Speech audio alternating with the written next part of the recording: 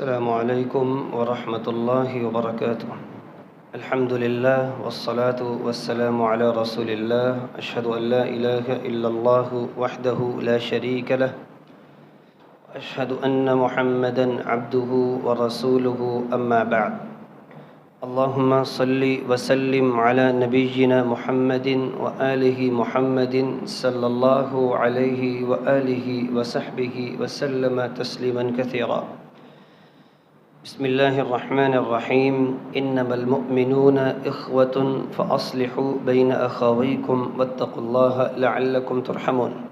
عزیزان گرامی، اللہ کی توفیق، اس کے فضل و احسان سے اپنے سیرت کورس کے سیشن نمبر 6 میں داخل ہو چکے ہیں، جس کا موضوع اور اس کا عنوان مواقعات مدینہ، اہمیت، اثرات، نتائج اور اسلامی اخوت عصر حاضر کے تناظر میں اس موضوع پر انشاءاللہ ہم بات کریں گے۔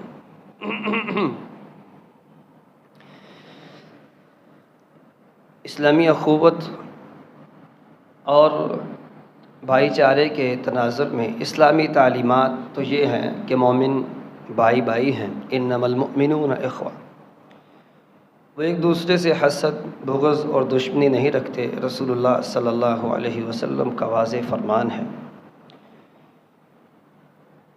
تو باہمی معاشرت، بھائی چارے کا یہ سلسلہ کار، اس کے لیے 2 روایتیں بہت اہم ہیں، ایک بخاری کی، صحیح بخاری کی، اور ایک صحیح مسلم کی۔ صحیح بخاری کی روایت کے مطابق المؤمن للمؤمن کالبنیان یشد بعضهم بعضا، ایک مومن دوسری مومن کے لیے وہ ایک عمارت کی طرح ہیں جس کی ایک اینٹ دوسری اینٹ کو مضبوط کر دیتی۔ اکیلی اینٹ ہو تو اس کی وہ حیثیت نہیں ہوتی، جو دوسری مل کے پوری عمارت اور پوری بلڈنگ بنتی ہے تو اس کی حیثیت کچھ اور ہوتی۔ صحیح مسلم کی روایت ہے، رسول اللہ صلی اللہ علیہ وسلم نے فرمایا المؤمنون کرجل واحد اشتکى رأسه تداعى له سائر الجسد بالحمى والسحر۔ رسول اللہ صلی اللہ علیہ وسلم فرماتے ہیں مومن ایک جسم کی مانند ہیں، اس کے کسی ایک حصے کو درد یا تکلیف ہوتی ہے تو پورا جسم بخار سے اور درد اور بے قراری سے تڑپ اٹھتا ہے۔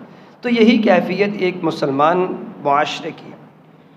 تو اس کے ساتھ ہی آپ صلی اللہ علیہ وسلم نے، جس کی ہم بات کرنا چاہ رہے ہیں، اسلامی اخوت کی، مواقعات مدینہ کی، آپ صلی اللہ علیہ وسلم نے مدینہ منورہ تشریف جب لائے تو آپ نے خصوصی طور پر مواقعات یعنی بھائی چارے کا ایک سسٹم اور نظام قائم کیا۔ یہ مواقعات اور بھائی چارے کا جو سسٹم ہے یہ مکی دور میں بھی تھا، اور یہ باپ صلی اللہ علیہ وسلم نے باقاعدہ طور پر اس کو مدنی دور میں بھی جاری کیا، اور اس کا طریقہ کار بالکل سمپل اور واضح ہے۔ ایک انصاری اور ایک مہاجر دونوں کو آپس میں ملایا، دونوں کو بھائی بھائی بنایا۔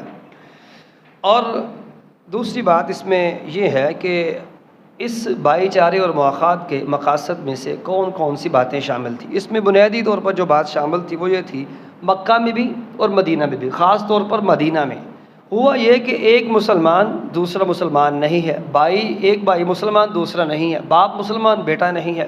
تو ظاہر بات اسلام کی بنیاد پر جب رشتے قائم ہو رہے تھے تو جب بیٹا مسلمان نہیں ہے تو باپ اس کو گھر میں کیسے رکھے گا؟ جب باپ مسلمان ہے تو بیٹا نہیں ہے، یا باپ ہے اور بیٹا نہیں ہے، تو اس ساری صورتحال میں یہ جو رشتے تھے یہ ایک دوسرے سے کٹ رہے تھے۔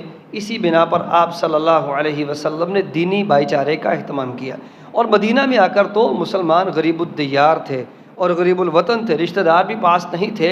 تو اس مقصد کے لیے آپ صلی اللہ علیہ وسلم نے ان کو آپس میں بھائی چارے کے لڑی میں پرو دیا، کہ جس سے ان کو بہت سے فوائد اور ان کو بہت سے اس کے نتائج وہ سامنے آئے۔ تو تیسری بات ہمارے سامنے وہ یہی ہے کہ اس بھائی چارے کا نتیجہ کیا نکلا۔ اس کا جو نتیجہ تھا وہ پہلی بات تو یہ، اس کے اثرات کیا تھے۔ یہ بات طے ہے کہ یہ نتائج اور اثرات یہ روئے زمین پر، پوری کی پوری زمین پر، پہلے بھی اور اس کے بعد بھی ایسا نہیں ہوا کہ اس طریقے سے پرخلوص، اسلامی اخوت کے رشتے کو مضبوطی زمین نے اس سے پہلے نہ کبھی دیکھی تھی، نہ شاید اس کے بعد دیکھی۔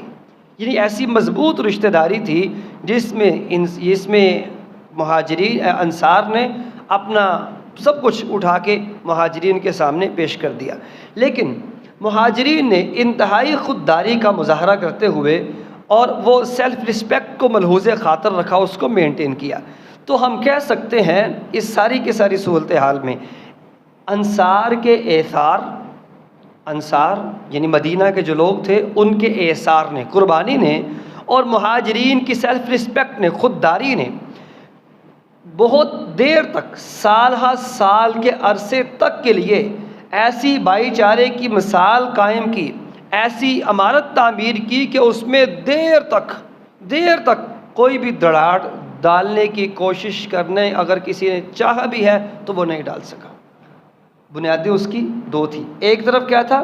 انصار کا ایثار تھا، دوسری طرف مہاجرین کا کیا تھا؟ ان کی خودداری تھی، اور دونوں جب ملے ہیں تو ایک بہترین اخوت کے طور پر، اخوت کے رشتے میں وہ ایک دوسرے کے ساتھ بندھ گئے۔ یہاں جو بات ہمارے سمجھنے کی ہے فقہ السیرہ وہ یہ ہے کہ عام طور پر ہوتا یہ ہے، اگر کوئی ہمیں کچھ نہ کچھ فیور کر رہا ہے، ہمیں کوئی فیور دے رہا ہے، تو ہمارا ایک عمومی مزاج ہے کہ نرمی سے نجائز فائدہ اٹھانا اور ہر چیز کو اپنا پھر سمجھنا۔ یوں سمجھ لیجئے اگر کوئی ہاتھ پکڑاتا ہے، ہمارا مزاج یہ ہے کہ ہم اس کا بازو پکڑ دیں تاکہ وہ آئندہ سے ہاتھ پکڑانے سے بھی جائے۔ تو یہ ایک ہمارا المیہ ہے، لیکن صحابہ کرام اور انصار اور مہاجرین نے جس طریقے سے آپ صلی اللہ علیہ وسلم کے اس بھائی چارے کی لاج رکھی اور اس بھائی چارے کو خوبصورتی کے ساتھ اس کو پروان چڑھایا، اس کی مثال نہیں مل سکتی۔ اور چوتھی بات ہمارے پیش نظر وہ یہ ہے، اسلام میں وحدت امت کی اساس، وحدت امت کی اساس مطلب اس کی بنیاد کیا ہے، امت کو اکٹھا کرنا ہے، اس کی بیس کیا ہے؟ اس کے لیے اسلام اتفاق و اتحاد کا داعی ہے۔ پہلے تو یہ بات سمجھنی چاہیے۔ یہاں کوئی کسی بھی اعتبار سے شدت پسندی یا ہم یہ کہیں کہ اس میں کسی بھی اعتبار سے انفرادیت کو قائم کر کے اس میں انسان سخت سے سخت ہوتا چلا جائے، ایسا بالکل نہیں ہے۔ اسلام کیا ہے؟ وحدت امت کا داعی ہے، لیکن اس کی بنیاد عقیدہ اور ایمان ہے۔ اس کی بنیاد کیا ہے؟ عقیدہ اور بنیاد ہے۔ رنگ، نسل، قوم، قبیلہ، وطن اس کی بجائے وحدت کی جو بنیادیں ہیں وہ بنیاد وہ دین ہے، محور و مرکز وہ اللہ کی ذات ہے۔ اس لیے اللہ تعالیٰ فرماتے ہیں ان هذه امتکم امۃ واحدہ، اے امت مسلمہ، اے لوگوں، سارے کے سارے پوری دنیا کے لوگوں کو کہا تم سب کے سب لوگ امۃ واحدہ ہو، امتن واحدہ ہو، لیکن یہ تب امتن واحدہ ہوگی وَأَنَا رَبُّكُمْ فَاعْبُدُونَ، اور میں تمہارا رب ہوں، میری ہی عبادت کرنا۔ گویا کہ عبادت جب رب کی ہوگی، جب رب کی زمین پر رب کا نظام چلے گا، اس کو اس کی عبدیت میں انسان رہ کر اپنے آپ کو اس کا غلام سمجھے گا، پھر ایک امت پھر اس پر قائم ہو سکتی ہے۔ لیکن جدید الحاد اور مادہ پرستی میں قومیت، لسانیت، رنگ و نسل اس کو بنیاد بنا کر ایک قومیت کو تیار کرنے کی کوشش کی گئی۔ یوں کہہ لیجئے کہ قومیت، وطنیت کو بنیاد بنایا گیا، رنگ و نسل کو بنیاد بنایا گیا، اور اسی طرح لسانیت کو بنیاد بنایا گیا، نہ کہ اسلام کو بنیاد بنایا گیا۔ لیکن اسلام کیا اس اسلام کا موقف کیا ہے؟ اسلام یہ کہتا ہے کہ اقلیتوں کے حقوق کی حفاظت کرتے ہوئے انفرادی، اجتماعی معاملات میں اور سیاسی امور میں وحدت کی بنیاد ایمان اور عقیدہ ہے۔ یا ایھا الناس انا خلقناکم، ابھی ہم نے اس کی تلاوت سنی ہے نماز میں، یا ایھا الناس انا خلقناکم من ذکر او انثى، من ذکر و انثى وجعلناکم شعوبا وقبائل لتعارفوا، ہم نے تمہیں ایک مرد اور ایک عورت سے پیدا کیا، اور تم یہ مختلف برادریوں میں، قبیلوں میں جو بٹے ہوئے، اس کا مقصد کچھ اور نہیں، یہ صرف تعارف ہے اور کچھ نہیں۔ ہاں اگر وحدت امت ہو سکتی ہے، رب کے ہاں اگر رب کے ہاں اگر کوئی گڈ بک میں ہو سکتا ہے تو اس کا ایک ہی طریقہ ہے، ان اکرمکم عند اللہ اتقاکم، اللہ کے ہاں سب سے معزز وہی ہوگا جو اللہ کے نظام کو اور اس کی دی ہوئی تعلیمات کو دل و جان سے قبول کر لے گا۔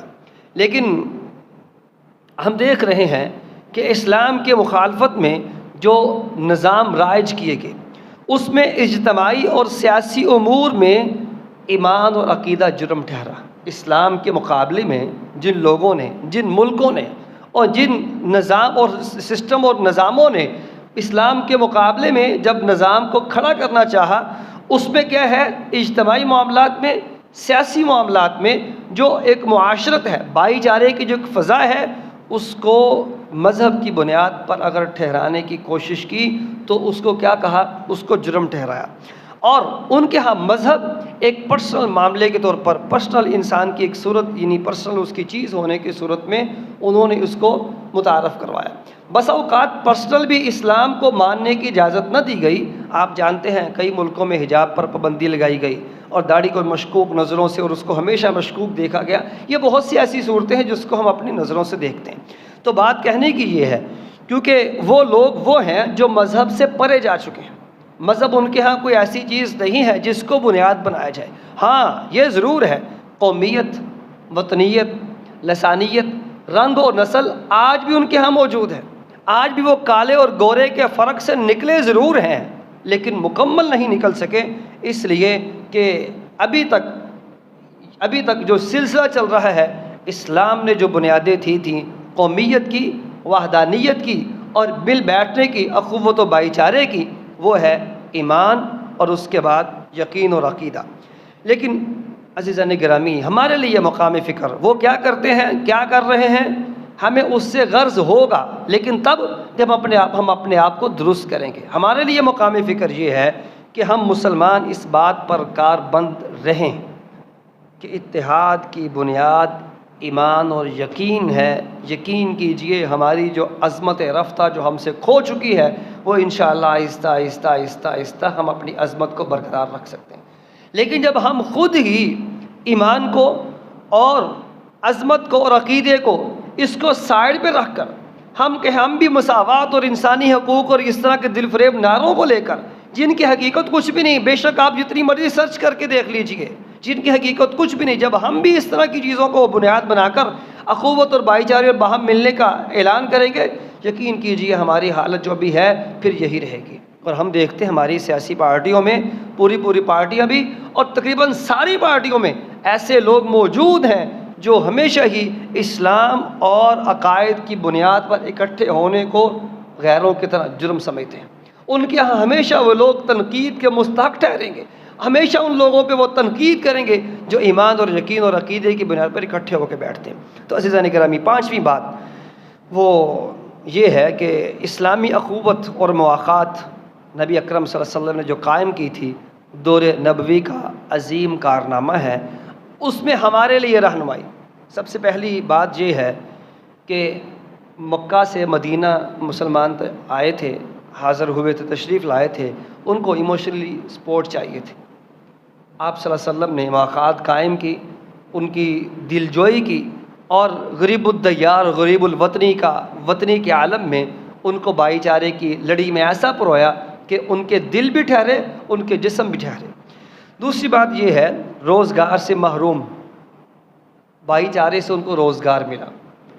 آپ جانتے ہیں ہجرت کے بعد بڑا مسئلہ آباد کاری کا، پاکستان سے جب ہجرت ہوئی ہے پاکستان کی، اس میں آپ دیکھ لیجئے تاریخ پاکستان کو پڑھیے، اس میں آباد کاری ایک بہت اہم مسئلہ تھا۔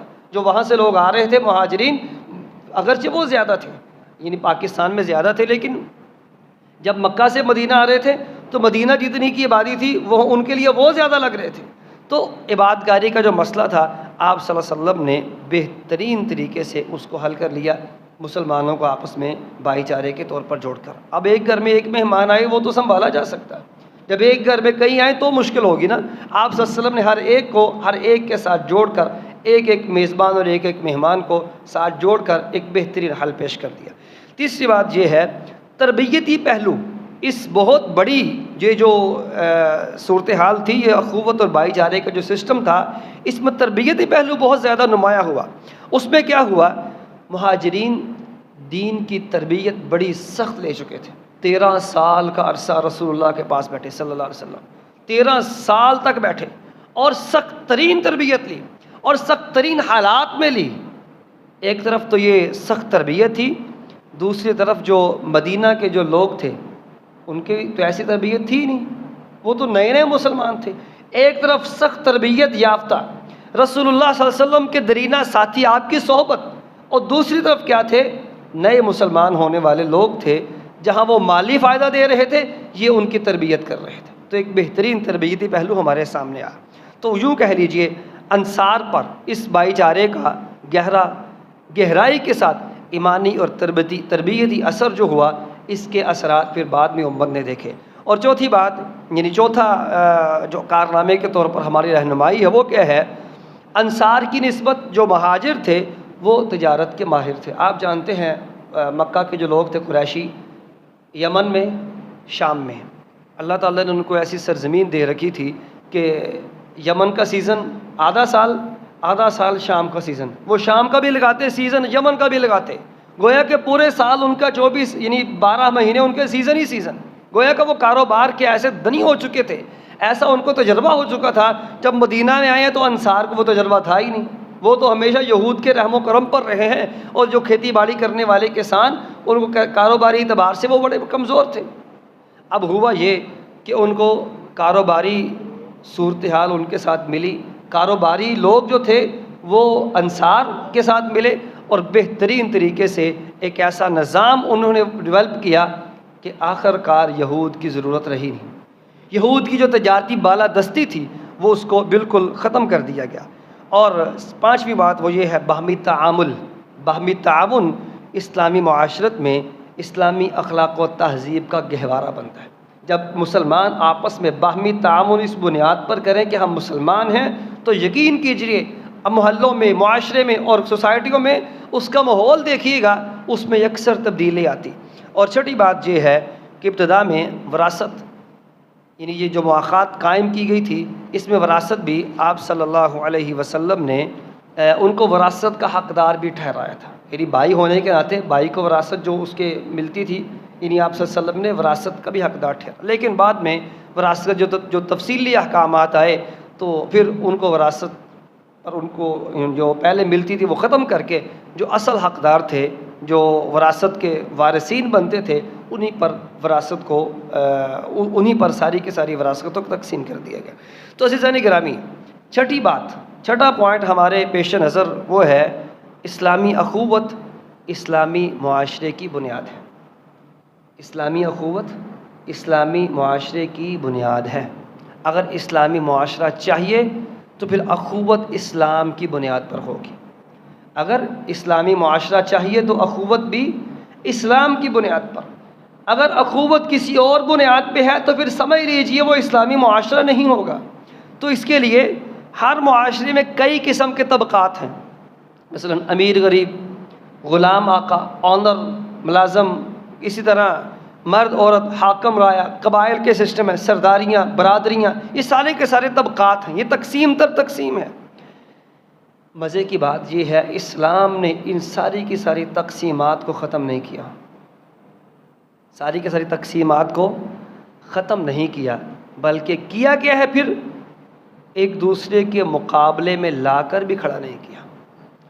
ایسا نہیں کیا کہ اگر وہ آندر ہے تو وہ جابر ہے، وہ آپ کا دشمن ہے، اگر وہ ملازم ہے تو وہ آپ کے پاؤں کی جوتی ہے، ایسا نہیں کیا۔ ہر ایک کو اپنی اپنی حیثیت یاد دلائی، اپنے اپنے مقام پر رکھا، انزل الناس منازلہم، اور یہ حکم دیا ہر ایک کو اس کی جگہ پر رکھ کر اس کا جو احترام بنتا ہے، اس کا جو وقار بنتا ہے، اس کے جو حق ہے، اس کے جو حقوق بنتے ہیں اس کو دیے جائے۔ اور یہی وہ اسلامی معاشرت ہے۔ اسلامی اخوت کی بنا پر باہم شیر و شکر، مطلب کیا ہے، باہم ایک دوسرے سے محبت کا اسلوب اور طریقہ سکھایا، اور حقوق و فرائض کے ساتھ ایک دوسرے کو جوڑ دیا۔ پھر سمجھیے گا کہ طبقاتی تقسیم کو برقرار رکھا۔ اگر ایک آقا ہے ایک غلام ہے، یہ نہیں کہا کہ غلامی کا سسٹم ختم، اب غلام ہوں گے ہی نہیں، یہ نہیں کہا۔ اگر سسٹم موجود ہے آقا اور غلام کا تو اس غلام اور آقا کے سسٹم کو برقرار رکھا، لیکن یہ یاد دلایا کہ جو آقا ہے اس کے اپنے حقوق ہیں، جو غلام اس کے اپنے حقوق ہیں۔ غلام کو چاہیے اپنے آقا کے حقوق پورے کرے، اور آقا کو چاہیے اپنے غلام کے حقوق پورے کرے۔ اس کا مطلب یہ دونوں اپنے اپنے فرائض کو یاد رکھیں، حقوق خود بخود پورے ہوتے جائیں گے۔ تو یہی بات آپ صلی اللہ علیہ وسلم نے اپنے مسلمان یعنی اس بھائی چارے میں سکھائی۔ اس کی مثال کیا ہے جی؟ حضرت عمر بن خطاب رضی اللہ تعالیٰ عنہ کے زمانہ میں ایک قبطی نوجوان نے مصری جو گورنر تھا مسلمان، اس کے بیٹے سے دوڑ لگائی۔ وہ گورنر کا بیٹا ہار گیا۔ اس نے کیا کیا؟ اپنے ہارنے کے غم میں، اس دکھ میں، غصے میں اس قبطی کو کوڑے مارے۔ اس نے کہا میں گورنر کا بیٹا ہوں تو مجھ سے جیت تیری ایسی تیسی، اس کو کوڑے لگائے۔ اس نے کیا کیا؟ اس نے آ کر حضرت عمر بن خطاب رضی اللہ تعالی عنہ کو شکایت لگائی۔ انہوں نے فوری طلب کیا اور کہا اس امیر زادے کو آپ بھی کوڑے لگاؤ، اور ساتھ ایک جملہ ارشاد فرمایا، جو جملہ سمجھ لیجئے اسلامی جو ایک اونچ نیچ کا جو نظام ہے، اس نظام کی بہترین عکاسی کرتا۔ انہوں نے فرمایا متی استعدبتم الناس وقد ولدتهم امہاتهم احرار۔ اور تمہیں کیا ہو گیا؟ تم نے کب سے لوگوں کو غلام بنانا شروع کر دیا، حالانکہ ان کی ماؤں نے ان کو آزاد جنا تھا۔ جب ان کی ماؤں نے آزاد جنا ہے، تم ان کو غلام کیوں بنا رہے ہو؟ اس کا مطلب یہ ہے اگر تم گورنر کے بیٹے ہو، گورنر کی اپنی ذمہ داریاں ہیں، اپنے حقوق ہیں، وہ گورنر ہی ہے، اس کی حیثیت برقرار ہے۔ اگر اس کے تمہارے مقابلے میں رایا ہے، وہ رایا ہی ہے، اس کے اپنے حقوق وہ اپنی جگہ پر قائم ہیں۔ دونوں کو برابر نہیں کیا، بلکہ کیا کیا؟ گورنر کو کہا کہ رایا کے حقوق جانو اور سیکھو اور اس کے پورا کرو، اور رایا کو کہا اپنے حکمرانوں کے حقوق کو سمجھو اور ان کو پورا کرو۔ اس کا مطلب یہ ہے حقوق کو فرائض کے ساتھ جوڑا تاکہ ایک نظام اور سسٹم بھی چلتا رہے۔ یوں کہہ لیجئے کہ اسلام کا نظام معاشرتی جو فرق تھا اس کو برقرار رکھا، لیکن عدل و انصاف، عدل کے ساتھ اس کو جوڑ دیا۔ اس کے مقابلے میں دوسری طرف ہم دیکھتے ہیں اسٹالن کے زمانہ میں سوویت یونین میں یہ جو روس نے نظام دیا تھا، اس میں کیا تھا؟ سب برابر ہیں، آقا اور غلام برابر، فیکٹری کا اندر اور مزدور برابر۔ اب جب دونوں برابر ہیں، کام کون کرے گا اور کام لے گا کون؟ اب اس کا طریقہ یہ نکالا گیا کہ یہ ساری جو ملکیت ہے وہ حکومت کے پاس ہوگی۔ اب ہوا کیا کہ ساری کی ساری جو زمینیں تھیں کسانوں کی وہ حکومت کے پاس چلی گئیں، اور اسی طرح جو لوگوں کی ملکیت تھی وہ ساری حکومت کے پاس چلے۔ رزلٹ کیا نکلا؟ سارے کے سارے جو لوگ تھے، عوام تھی، وہ سارے کے سارے برابر ہو گئے، اور ملکیت کیونکہ حکومت کے پاس تھی، عیاشیاں ان کی بڑھ گئیں۔ اور اس زمانہ میں لوگوں نے کہا بھی ہاں واقعی ہم سب برابر ہیں، لیکن عیاشی میں وہ سب برابر ہیں۔ تو عزیزان گرامی، گویا کہ ایسا نظام جو اللہ کے رسول صلی اللہ علیہ وسلم نے دیا تھا، اپنی اپنی حیثیت برقرار رکھتے ہوئے بھی ہر بندہ اپنا کام بھی کرے، اخلاقیات کو، حقوق و فرائض کو یاد رکھ کر اپنا کام کرے، نظام چلتا رہے گا۔ اور تیسری طرف اگر ہم دیکھتے ہیں مغربی سرمایہ دارانہ نظام کو، تو ہم دیکھتے ہیں بڑی بڑی بلڈنگوں میں بڑے بڑے امیر لوگ بیٹھے ہیں، اور اس کی ہی چھت تلے ایک غریب لوگ بیٹھے ہیں، فٹ پاتھ پر سو رہے ہیں، اور دوسری جگہوں پر غربت کی زندگی گزار رہے ہیں۔ اور ان لوگوں کا خیال یہ تھا کہ ہم مساوات سے چلیں گے۔ انہوں نے وہ ساری کی ساری ملکیتیں اپنے پاس تو نہیں رکھی، لیکن کیا کہا؟ ہم مساوات سے چلیں گے، ہر ایک کو برابر حق ملے گا۔ کیا ہے اس کا مطلب؟ کیا نکلا؟ عورت کو، مرد کو، غلام کو، آقا کو، ہر ایک کو برابر ملے گا۔ یہ مساوات کا جو نعرہ تھا، یہ نعرہ بڑا خوبصورت لگا، اور اس کو بڑی جلدی اس کو پذیرائی ملی اور اس کو قبول کرنا شروع کیا۔ لیکن ہوا یہ، ایک طرف برابری کا نعرہ لگایا گیا، اس نظام میں سب سے بڑی قباحت یہ تھی، ظاہراً برابری کا نعرہ لگا کر یہ جو دولت تھی سرمایہ دارانہ نظام کے تحت، اس کو چند لوگوں کے ساتھ، چند جو لوگ تھے ان کی کوٹری میں، ان کی تجوریوں میں اس کو اکٹھا کر دیا گیا۔ آج دیکھ لیجئے، وہ ساری کی ساری فہرست نکالیے جو ٹاپ 10 پہ امیر ترین دنیا کے لوگ ہیں، ان کو جانیے، ان کی تاریخ کو پڑھیے، ان کے سسٹم کو پڑھیے، یقین کیجئے جو مشترکہ بات ہمیں نظر آئے گی وہ یہی ہے کہ یہ سرمایہ دارانہ نظام ہے کہ پوری کی پوری دنیا کی جو دولت ہے وہ چند، اس میں سے بہت سا حصہ چند ہاتھوں میں ہے، باقی ساری کی ساری دولت وہ پوری کی پوری جو ہے وہ اس انسانیت کے پاس ہے۔ یعنی اگر مجھے اس کا اب میں دیکھ نہیں سکا، کہ کتنے فیصد یہ 10 12 15 لوگوں کے پاس یہ سارے کا سارا یعنی پوری دنیا کا جو اس وقت اس دولت ہے وہ یہ 10 12 لوگوں کے پاس کتنے فیصد ہے. اور آپ دیکھیں گے اس میں مجھے تو تھوڑا سا یاد پڑ رہا ہے 70% سے زیادہ ہے جو مجھے یاد پڑ رہا ہے. باقی 30% وہ پوری دنیا کے پاس ہے. تو یہ ایک سسٹم تھا جس میں دولت نے گردش کرنے کے بجائے چند لوگوں کی تجوریاں بھرنا شروع کی. لیکن اب دیکھیے گا اس کا رزلٹ کیا نکلا؟ امیر امیر تر، غریب غریب تر. اور اسلامی معاشرے کے رہن سہن میں دولت چند ہاتھوں کی بجائے سرکر میں رہے. اس کے لیے رسول اللہ صلی اللہ علیہ وسلم نے اخوت اور بھائی چارے کا جو نظام دیا تھا اس سے بڑھ کر دنیا کا کوئی نظام ہو ہی نہیں سکتا. اور اس کے لیے پھر اگر وہ اونچ نیچ اگر ہو بھی تو زکوٰۃ کا سسٹم، اور اسی طرح نفلی صدقات کا سسٹم، اور کئی ایک انداز سے دولت نکلوانے کا سسٹم رسول اللہ صلی اللہ علیہ وسلم نے رکھا تاکہ یہ سارے کا سارا سسٹم چلتا رہے. اور اس میں اس سارے سسٹم میں جو رزلٹ ہم نکال رہے ہیں وہ کیا ہے؟ بہترین معاشرے کے لیے اخوت ایمان کی بنیاد پہ ہونی چاہیے. اگر ایسا ہوگا تو یقین کیجئے وہ دیر پا بھی ہوگی، واقع اخوت ہوگی. اگر وہ ایمان کے بغیر ہے تو وقتی مفاد ہو سکتا ہے. آپ کو مجھ سے مفاد، مجھے آپ کو آپ سے مفاد، ہم مل بیٹھیں گے جب تک چاہے ملیں گے. جب مفادات ختم تب وہ دوستیاں وہ سب کچھ ختم.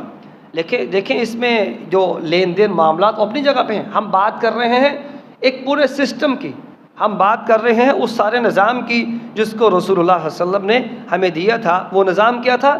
اخوت ایمان کی بنیاد پہ تھی، مفادات کی بنا پر نہیں تھی. تو ہماری اخوت بھی ایمان کی بنا پر ہونی چاہیے. اور آخری بات ہمارے آج کے سبق کی وہ یہ ہے، عصر حاضر میں ہمیں کیا رہنمائی ملتی ہے؟ وہ پہلی بات اس میں یہ ہے، مسلمان ہر سطح پر ایمانی اخوت سے دور ہیں.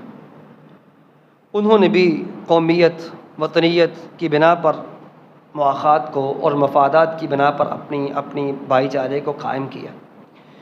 لیکن اسلام کی بنیاد پر عالم اسلام کو اور عالمی مفادات کو مد نظر رکھیں گے تب اخوت اور بھائی چارے کا پھر ثبوت دینا پڑے گا. گویا کہ ہم کہہ سکتے ہیں کہ جزوی طور پر جو ہمارے آپس کے مفادات ہیں وہ رہتے اس کے بغیر دنیا کا کوئی سسٹم نہیں.